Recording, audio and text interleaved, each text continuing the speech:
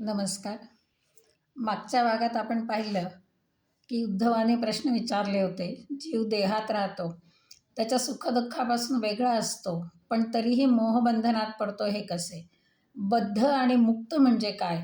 ज्याला मोक्षप्राप्ती करून घेण्याची इच्छा आहे त्याने कसे वागावे हे आपण मला सांगावे.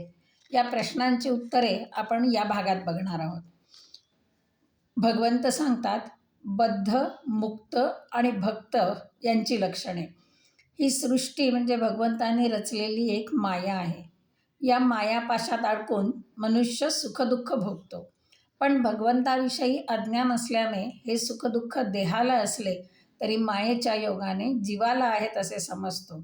आत्म्याला हे सुखदुःख नसते, पण केवळ मायेच्या योगाने ते आत्म्यालाच आहेत असे तो समजतो. वास्तविक बद्ध आणि मुक्त हे शब्द जीवाला मायेमुळे लागतात. आत्मा बद्धही नाही आणि मुक्तही नाही. विद्या आणि अविद्या या दोन्ही भगवंताच्या शक्ती आहेत आणि त्याच मनुष्याला बंधन आणि मोक्ष प्राप्त करून देतात. विद्येमुळे देहधारी जीव मुक्त होतो, तर अविद्येमुळे बद्ध होतो. भगवंताचाच अंश असलेला आत्मा म्हणजे जीव, याला अविद्येमुळे बंधन आहे आणि विद्येमुळे मोक्ष आहे. एका झाडावर 2 पक्षी राहतात. त्या झाडावर घरटी करून राहणारे दोघे सारखेच. त्यातील एक पिंपळाची फळे चवीने खातो आणि दुसरा काहीच खात नाही. जसे आपले शरीर म्हणजे झाड आहे, या देहात जीव आणि भगवंत दोघेही एकाच वेळी राहतात. यापैकी जीव हा शरीराद्वारे म्हणजेच इंद्रियांच्या द्वारा केलेल्या कर्माच्या फळांचा उपभोग घेतो आणि दुसरा जो परमात्मा, जो तटस्थ असतो, तरीही नित्य आनंदी आणि समाधानी असतो. पण जो जीव तो मात्र दुःखी असतो, कारण त्याला या देहावर प्रेम जडलेले असते. देहाची सुखदुःखे तो आपली समजतो आणि दुःख करतो, बंधनात अडकतो. पण ज्याला कशाचीच आसक्ती नाही तो मात्र आनंदी असतो, तृप्त असतो. जो आसक्त असतो त्याला सुखदुःख, राग, द्वेष इत्यादी अनेक विकार जडलेले असतात. आणि विरक्त वृत्ती असेल तर इंद्रियांची कर्तव्य करीत राहिला तरी त्यात आसक्त होत नाही, अलिप्त असतो. आत्मानंदात गुंग असतो. देहापासून अलिप्त असेल तर स्तुती, निंदा, राग, द्वेष यांचा काहीच परिणाम होत नाही. दैवाच्या अधीन असणाऱ्या शरीरात इंद्रियांकडून कर्मे घडत असतात, पण ही कर्मे मी करतो असे समजणारा अज्ञानी असतो आणि तो संसार बंधनात अडकतो. पण जो ज्ञानी आणि विरक्त असतो त्याचे वागणे मात्र यापेक्षा वेगळे असते. इंद्रिये त्यांची त्यांची कर्मे करीत राहतात. त्यात मन फार गुंतून ठेवू नये असा त्याचा विचार असतो. तो अलिप्त असतो. जसे आकाश, सूर्य, वायू हे इतर कोणाचेही गुणदोष ग्रहण करत नाहीत, तसेच तो म्हणजे ज्ञानी कुठल्याही कर्माचा लेप स्वतःला लागू देत नाही. त्याच्या शरीराला सुख येवो अथवा दुःख, त्याचे मन स्थिर असते. हेच वर्णन गीतेच्या 5व्या अध्यायातल्या 8व्या आणि 9व्या श्लोकात केलेलं आहे. नैव किंचित करोमीति या श्लोकांमधून. ज्ञानी माणसाने सतत आपल्या वाणीने भगवंताचे वर्णन करावे. ज्यावेळी काया वाचा मने सतत भगवंताचे चिंतन करीत राहिले तर अंतःकरण शुद्धी होते आणि मन शांत होते. असे मन शांत करणे जमले नाही तर दुसरा मार्ग म्हणजे कोणतेही कर्म करताना निरपेक्ष बुद्धीने करावे. अपेक्षा आली की अपेक्षाभंगाचे दुःख येते आणि मन विचलित होते. म्हणून निरपेक्षपणे भगवंताची सेवा केली, भक्ती केली तर मोक्ष मार्ग सुलभ होतो. पुढे उद्धव विचारतो, संत कसा ओळखावा, त्याची लक्षणे कोणती? भगवंता, तुझ्या दृष्टीने योग्य भक्ती म्हणजे काय? ती कोणत्या प्रकारची असते हे कृपा करून सांगावे.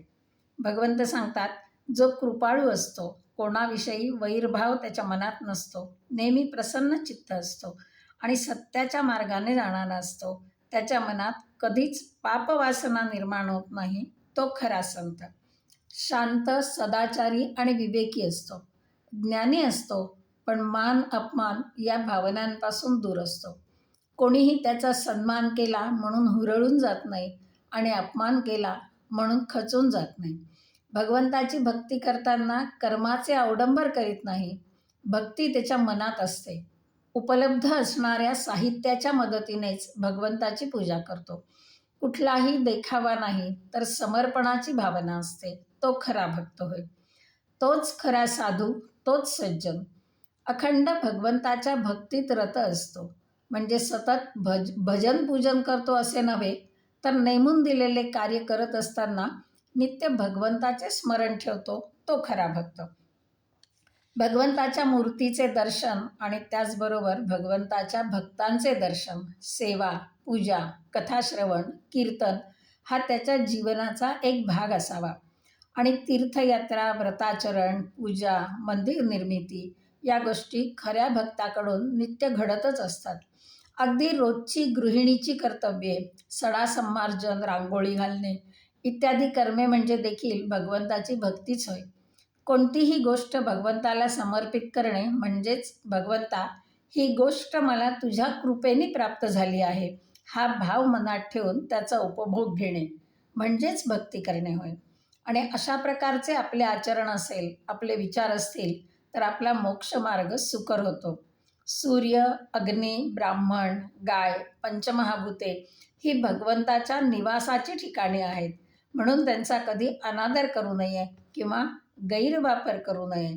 पंचमहाभूते पृथ्वी, आप, तेज, वायू, आकाश यांची म्हणूनच आपल्या परंपरेत पूजा सांगितली आहे.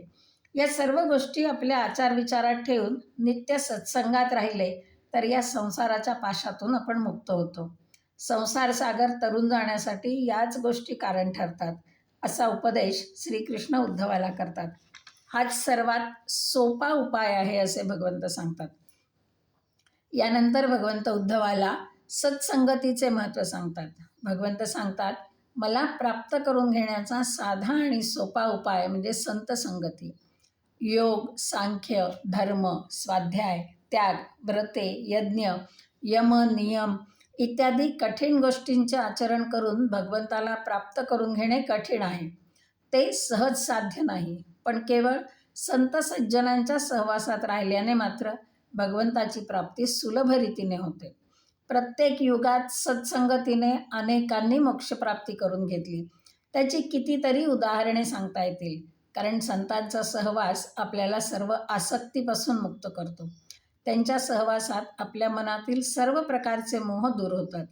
पुराणात अशी अनेक उदाहरणे आहेत, जसे की बली, बाण, विभीषण, हनुमान, गजेंद्र, कुब्जा, गोपी इत्यादी. यांनी कोणतीही मोठी तपश्चर्या केली नव्हती किंवा अध्यात्माचा अभ्यास केला नव्हता. पांडित्य त्यांच्यापाशी नव्हते. केवळ सत्संगानेच ते भगवंताला प्राप्त करू शकले.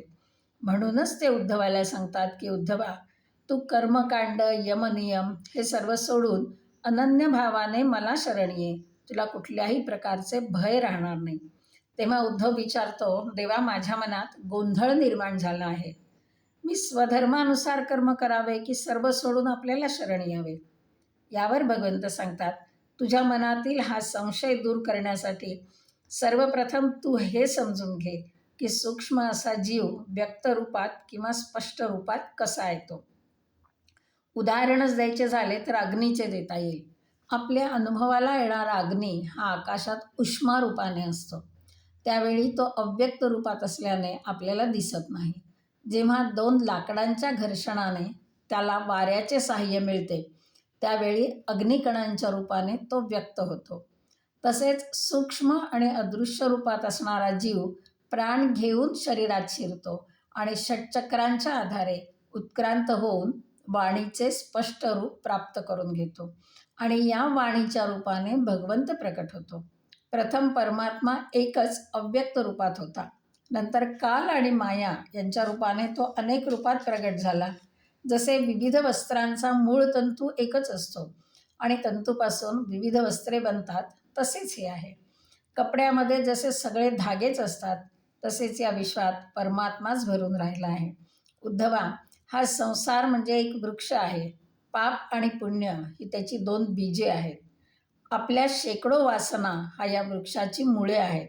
सत्व, रज, तम हे 3 गुण हे या वृक्षाचे खोड आहे. पंचमहाभूते याच्या फांद्या आहेत आणि यातून शब्द, स्पर्श, रूप, रस, गंध हे रस बाहेर पडतात. 10 इंद्रिये म्हणजे पंचज्ञानेंद्रिये आणि पंचकर्मेंद्रिये आणि मन हे सुद्धा या संसार वृक्षाच्या फांद्याच आहेत. एक जीव आणि परमात्मा या झाडावर घरटे बांधून राहतो. सुखदुःख ही याला लागणारी फळे आहेत. असा हा संसार वृक्ष प्रचंड मोठा आहे. विषयांमध्येच रममाण होणारा गृहस्थ या संसार वृक्षाची दुःखरूप फळे खातो. म्हणजेच या संसारामध्ये आसक्त होऊन दुःख भोगतो. आणि जो या संसाराच्या आसक्तीतून सुटतो तो सुखी होतो. हे वेदांचे रहस्य योग्य गुरूंकडून जाणून घ्यावे, म्हणजे माणसाचे मन या संसारात फार गुंतून न राहता अलिप्त होते आणि परमात्म्याची प्राप्ती करून घेऊन सुखी होते. ही गोष्ट गुरूंची सेवा आणि अनन्य भक्तीने सहज सुलभ प्राप्त करून घेता येते, असे भगवंत उद्धवाला सांगतात. थोडक्यात आपला हा संसार मोहमय आहे. आपली सर्व कर्मेंद्रिये, ज्ञानेंद्रिये, आपले मन सतत या संसाराच्या मोहपाशात गुंतत जाते आणि यातून सुटल्याशिवाय आपली मोक्षमार्गाकडे वाटचाल सुरू होत नाही.